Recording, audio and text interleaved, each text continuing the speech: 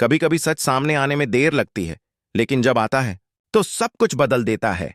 रिश्ते, भरोसे और जिंदगी। आज की कहानी में भी ऐसा ही होने वाला है, जहां एक सच्चाई सबको तोड़ देगी और एक झूठ किसी का सब कुछ छीन लेगा। क्या प्यार इस तूफान में टिक पाएगा? क्या झूठ के पीछे छिपी सच्चाई किसी का दिल बचा पाएगी? जानने के लिए कहानी को आखिर तक जरूर सुनिए। और अगर आपको ऐसी कहानियां पसंद हैं तो अभी चैनल को सब्सक्राइब करें, वीडियो को लाइक करें और अपने दोस्तों के साथ शेयर करना ना भूलें, क्योंकि आगे जो होने वाला है वो आपके दिल को छू जाएगा। घर के भीतर जैसे किसी ने बम फोड़ा हो। सबकी नजरों में एक ही चेहरा था, सरू का। चारों ओर सन्नाटा था, बस दादी के हाथों में पकड़ा हुआ कागज थरथरा रहा था। उस कागज में लिखी एक सच्चाई ने इस परिवार की नींव हिला दी थी। सरू, जिसे सबने बेटी की तरह अपनाया था, अब सबकी नजरों में झूठी लग रही थी। तारा का चेहरा गुस्से से लाल था और उसके शब्द झर बनकर निकल रहे थे। तू इस घर की बेटी नहीं है सरू। तूने सबको धोखा दिया है। निकल जा यहां से, अभी इसी वक्त। उसकी आवाज इतनी तेज थी कि पूरा घर कांप गया। सरू के हाथ कांप रहे थे, आंखों में आंसू थे, पर होठों पर सिर्फ एक ही बात थी, ना तारा दी, ऐसा मत कहिए। मैंने किसी को धोखा नहीं दिया। लेकिन तारा ने जैसे उसके शब्दों को हवा में उड़ा दिया। उसने सरू का मंगलसूत्र पकड़कर तोड़ने की कोशिश की। सरू ने रुकने की बहुत कोशिश की, पर किसी ने उसकी बात नहीं सुनी। तभी अचानक दरवाजा खुला और अंदर आया वेद। वेद ने गुस्से और दर्द से भरी आवाज में कहा, बस अब कोई सरू को कुछ नहीं कहेगा। सबका ध्यान उसकी तरफ मुड़ गया। तारा ने कहा, तू भी उसकी तरफदारी करेगा वेद? तू जानता है ये कौन है? वेद ने शांत पर गहरी आवाज में जवाब दिया, हां, मैं जानता हूं। मुझे सब पता था। मुझे पता था कि सरू इस घर की बेटी नहीं है, लेकिन मैंने उसे इसलिए नहीं छोड़ा क्योंकि मैंने उससे सच्चा प्यार किया है। सब स्तब्ध रह गए। क्या? दादी ने कांपती आवाज में पूछा। तू ये सब जानता था और फिर भी शादी की उससे? वेद ने सिर झुकाया और कहा, हां दादी, मैंने सरू को इसलिए नहीं अपनाया क्योंकि वो बजाज फैमिली की बेटी है। मैंने उसे अपनाया क्योंकि वो सरू है, मेरी सरू। लेकिन तारा चुप नहीं रही। वाह वेद, तो तू भी इस धोखेबाजी में शामिल था। हमारे साथ छल किया तूने, हम सबको अंधेरे में रखा। वेद ने गुस्से से कहा, तारा, धोखा वो नहीं होता जो सच्चाई बताने की कोशिश करे। धोखा वो होता है जो सुनना ही ना चाहे। सभी चुप थे। सरू ने कांपते हुए कहा, मैंने आपको सब बताने की कोशिश की थी वेद, पर आपने ही नहीं सुना। वेद ने गुस्से में उसकी तरफ देखा। तो अब बताना चाहती हो, जब सब कुछ खत्म हो चुका है? वो लम्हा, वो माहौल, सब कुछ जैसे किसी बुरे सपने की तरह था। सरू की आंखों से बहते आंसू अब जमीन को गीला कर रहे थे। उसने दादी के पांव छूने की कोशिश की, पर दादी ने हाथ पीछे कर लिया। अब तू मेरी पोती नहीं, बस एक पराई लड़की है। वेद ने सरू की तरफ देखा, फिर सबकी ओर। अगर सरू इस घर से जाएगी तो मैं भी जाऊंगा। यह सुनते ही घर में हलचल मच गई। तारा चिल्लाई, वेद, तेरा दिमाग खराब हो गया है क्या? तू इस लड़की के लिए अपने परिवार को छोड़ देगा? वेद ने ठंडे स्वर में कहा, शायद परिवार वही होता है जो अपने को अपनाए, और तुमने उसे ठुकरा दिया। वो मुड़ने ही वाला था कि पीछे से अनिका की आवाज आई, वाह वेद, क्या ड्रामा है, पर असली खेल अभी बाकी है। सबने उसकी ओर देखा। उसके हाथों में कुछ और कागज थे।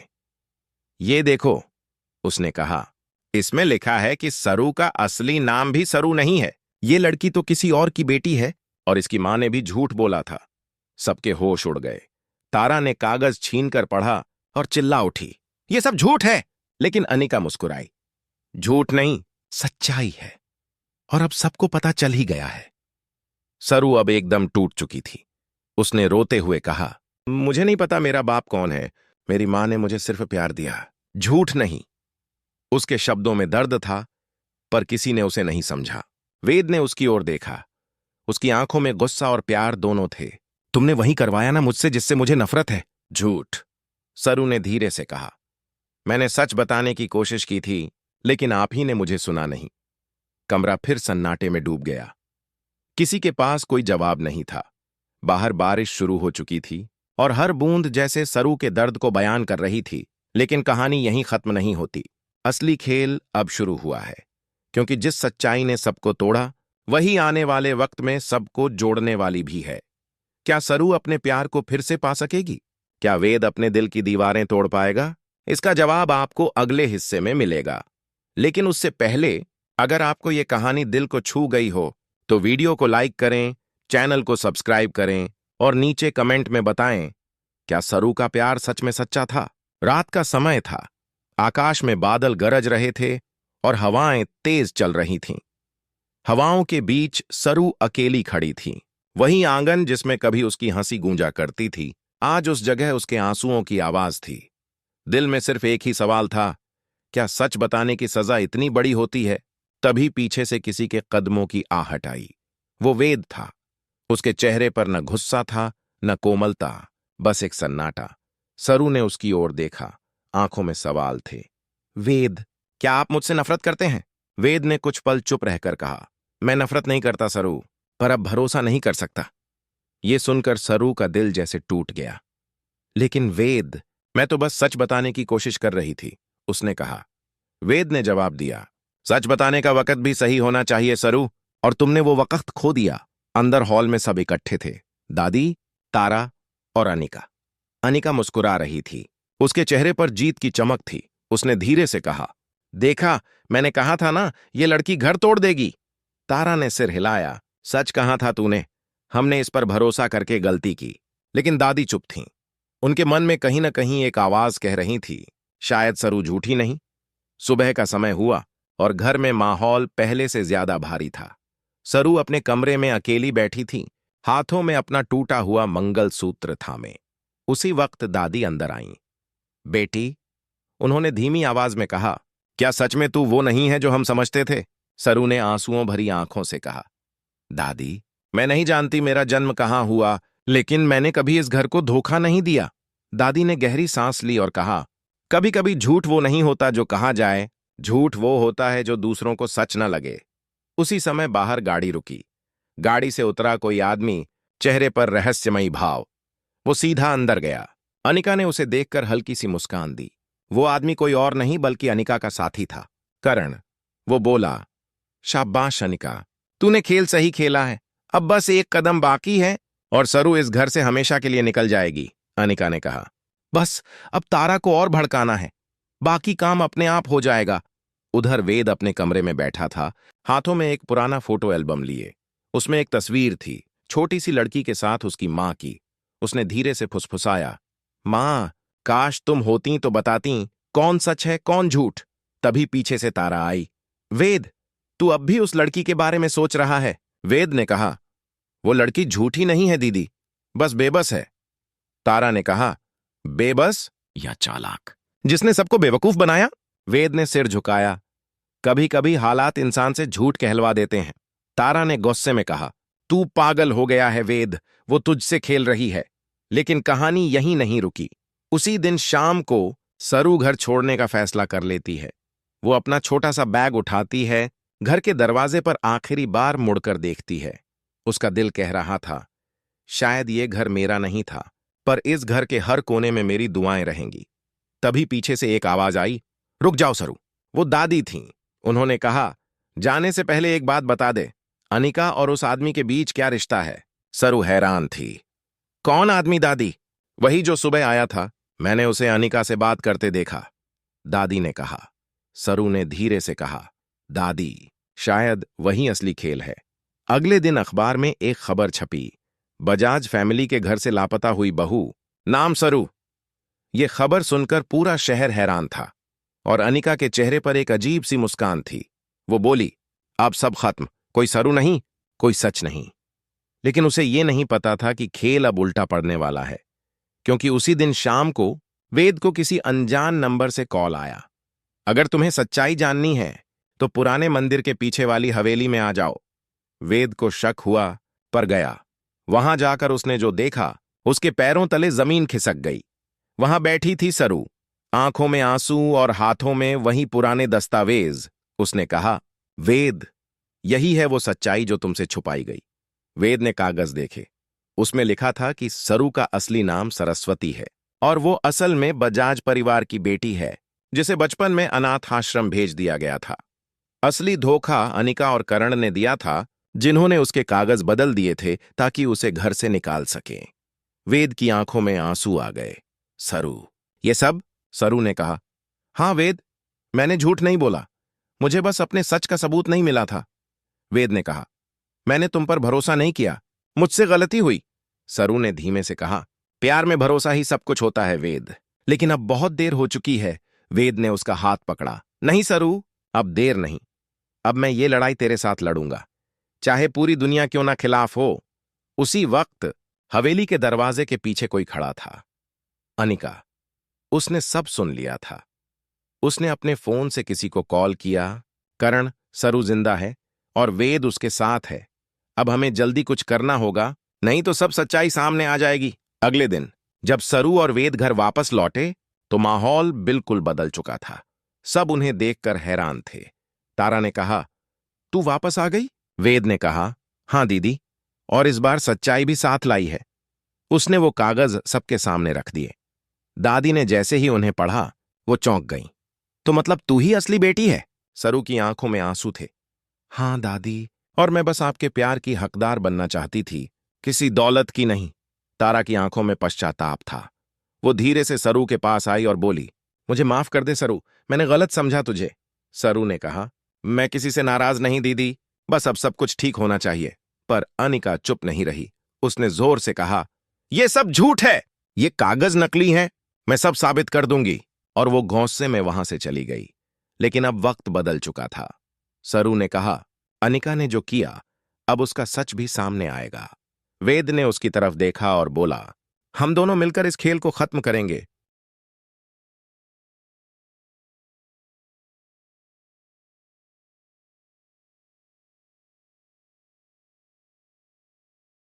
और दोस्तों, कहानी यहीं रुकती नहीं है। अब असली लड़ाई शुरू होने वाली है। प्यार बनाम झूठ, सच्चाई बनाम चालाकी। क्या सरू और वेद मिलकर अनिका की चाल को उजागर कर पाएंगे? क्या तारा अपने की पर पूरी तरह पछताएगी? ये सब जानने के लिए जरूर देखिए अगला हिस्सा, जहां अनिका का राज खुलेगा और घर में आएगा एक ऐसा मोड़ जिसकी किसी ने कल्पना भी नहीं की होगी। अगर आपको कहानी का यह हिस्सा पसंद आया हो तो वीडियो को लाइक करें, चैनल को सब्सक्राइब करें और नीचे कमेंट में बताएं, क्या आपको लगता है कि अनिका को उसकी सजा मिलनी चाहिए? रात गहरी थी, हवाएं तेज चल रही थीं और बजाज हाउस में हर कोई बेचैन था। बाहर आंगन में दीपक की लौ कांप रही थी, जैसे उसे भी आने वाले तूफान का अंदाजा हो। सरू और वेद चुपचाप बैठे थे। उनके बीच बहुत कुछ था जो कहा नहीं गया था, पर अब वक्त आ गया था कि हर सच सामने आए। तभी अचानक गेट पर किसी के जोर जोर से बोलने की आवाज आई, अनिका, दरवाजा खोलो। सब बाहर की ओर दौड़े। सामने खड़ा था करण, चेहरा पसीने से भीगा, आंखों में डर। वो अनिका पागल हो गई है, उसने सब कुछ जला दिया। वेद ने घबराकर पूछा, क्या मतलब, क्या हुआ? करण ने कांपते हुए कहा, उसने अपने सारे कागज, सबूत सब आग में फेंक दिए। अब कोई सच्चाई नहीं बची। लेकिन सरू के होंठों पर हल्की मुस्कान आई। सच को कोई आग नहीं जला सकती। उसी वक्त अनिका आई, पूरी तरह बिखरी हुई, बाल उड़ रहे थे, आंखें पागलों जैसी। तुम सबको लगता है तुम जीत गए हो, वो चिल्लाई। नहीं, मैं हारने वालों में से नहीं हूं। ये घर, ये नाम, ये सब मेरा है। सबके सामने वो सच बोल गई। तारा ने चौंक कर कहा, क्या कह रही हो तुम? अनिका हंसी, हां, मैंने ही सरू के कागज बदले ताकि वो कभी बजाज परिवार की बेटी साबित न हो सके।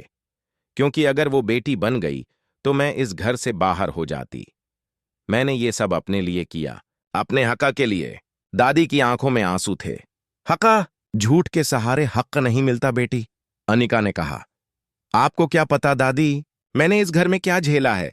बचपन से हमेशा सरू की तारीफ, हमेशा वही अच्छी, और मैं बस एक परछाई। उसके शब्दों में दर्द था, लेकिन उसके कर्म माफ करने लायक नहीं थे। वेद ने गुस्से से कहा, तो तूने सिर्फ जलन की वजह से सरू की जिंदगी तबाह कर दी? अनिका चिल्लाई, हां, क्योंकि मुझे डर था कि अगर सरू असली बेटी साबित हुई तो मैं हमेशा के लिए अकेली रह जाऊंगी। सरू ने उसके पास जाकर कहा, तूने जो किया उसने मुझे तो तोड़ा ही, तेरा अपना दिल भी जला दिया। मैं तुझे माफ करती हूं अनिका, लेकिन खुद को माफ करना बहुत मुश्किल होगा। अनिका की आंखों से आंसू बह निकले। उसने धीरे धीरे कहा, मुझे सच में अब कुछ नहीं चाहिए, और वो वहीं जमीन पर बैठ गई, टूटी हुई। वेद ने पुलिस को बुलाया, लेकिन दादी ने हाथ रोक लिया। नहीं वेद, इसे जेल नहीं, पछतावे की जरूरत है। ये वही सज्जा है जो इसे जिंदगी भर चैन से नहीं जीने देगी। सब चुप थे। कुछ दिन बीते। घर में शांति लौटने लगी थी।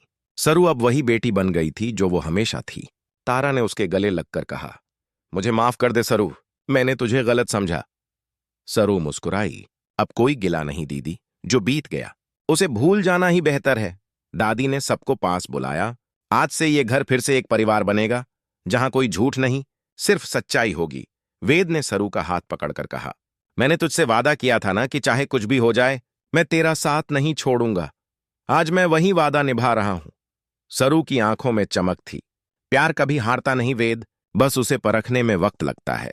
उसी शाम घर में दियों की रोशनी थी, जैसे अंधेरे के बाद उजाला लौट आया हो। सरू ने मंदिर में दिया रखा और कहा, जिस सच ने हमें तोड़ा उसी ने हमें जोड़ भी दिया। वेद ने कहा, कभी कभी झूठ की राख में भी सच्चाई का फूल उगता है। तभी अनिका आई, सिर झुकाए। मुझे माफ कर दो सब लोग। उसकी आवाज कांप रही थी। मैंने जो किया वो मेरी कमजोरी थी। मैं अब सब छोड़कर जा रही हूं, लेकिन आपके दिल में अगर थोड़ी सी भी जगह हो तो दुआ देना, दादी ने कहा। जा बेटी, खुद को पहचानने की कोशिश कर, वही तेरी असली सजा और मोक्ष दोनों है। अनिका धीरे धीरे चली गई और उसके साथ बीते हुए झूठ का साया भी उस घर से चला गया। अब वेद और सरू की शादी का 1 साल पूरा होने वाला था। घर में फिर से खुशियां लौट आई थीं। सबने मिलकर सरू को कहा, आज तू सिर्फ इस घर की नहीं, हमारे दिलों की भी रानी है। वेद ने कहा, क्योंकि तूने सिखाया कि सच के लिए लड़ना कभी आसान नहीं होता, लेकिन जो सच्चा होता है उसे कोई झूठ नहीं हरा सकता। रात को छत पर सरू और वेद सितारे देख रहे थे। सरू ने कहा, वेद, अगर उस दिन तू मुझसे नफरत करता तो शायद मैं टूट जाती। वेद ने मुस्कुराते हुए कहा, नफरत? मैं तो बस वक्त के अंधेरे में खो गया था, लेकिन तेरे प्यार ने मुझे वापस रोशनी दिखाई। धीरे धीरे हवा चली और सरू ने कहा, अब जब सब कुछ खत्म हो गया, एक बात बोलूं? वेद ने कहा, हां। सरू मुस्कुराई, अब किसी झूठ को हमारे बीच नहीं आने दूंगी। चाहे हालात कुछ भी हों, सच्चाई ही हमारा सहारा होगी। वेद ने उसका हाथ थाम लिया। वादा रहा। और दोस्तों, यूं खत्म हुई एक ऐसी कहानी जहां झूठ की जीत कुछ पल की थी, पर सच्चाई ने हमेशा के लिए दिल जीत लिया। इस कहानी ने सिखाया कि रिश्ते तभी मजबूत होते हैं जब उनमें भरोसा हो, और प्यार तभी सच्चा जब उसमें माफ करने की ताकत हो। अगर आपको सरू और वेद की ये कहानी पसंद आई हो तो वीडियो को लाइक करें, चैनल को सब्सक्राइब करें और अपने दोस्तों के साथ शेयर करें, ताकि और लोग भी समझ सकें कि सच्चाई चाहे जितनी देर से आए, पर आती जरूर है। नीचे कमेंट में बताना ना भूलें, आपको इस कहानी का कौन सा पल सबसे ज्यादा छू गया। कहानी यहीं खत्म नहीं होती, क्योंकि जिंदगी में हर अंत एक नई शुरुआत होती है। कौन जानता है सरू और वेद की जिंदगी में आगे कौन सा नया मोड़ आएगा। जानने के लिए जुड़े रहिए और अगली कहानी तक मुस्कुराते रहिए। सच्चाई पर भरोसा रखिए।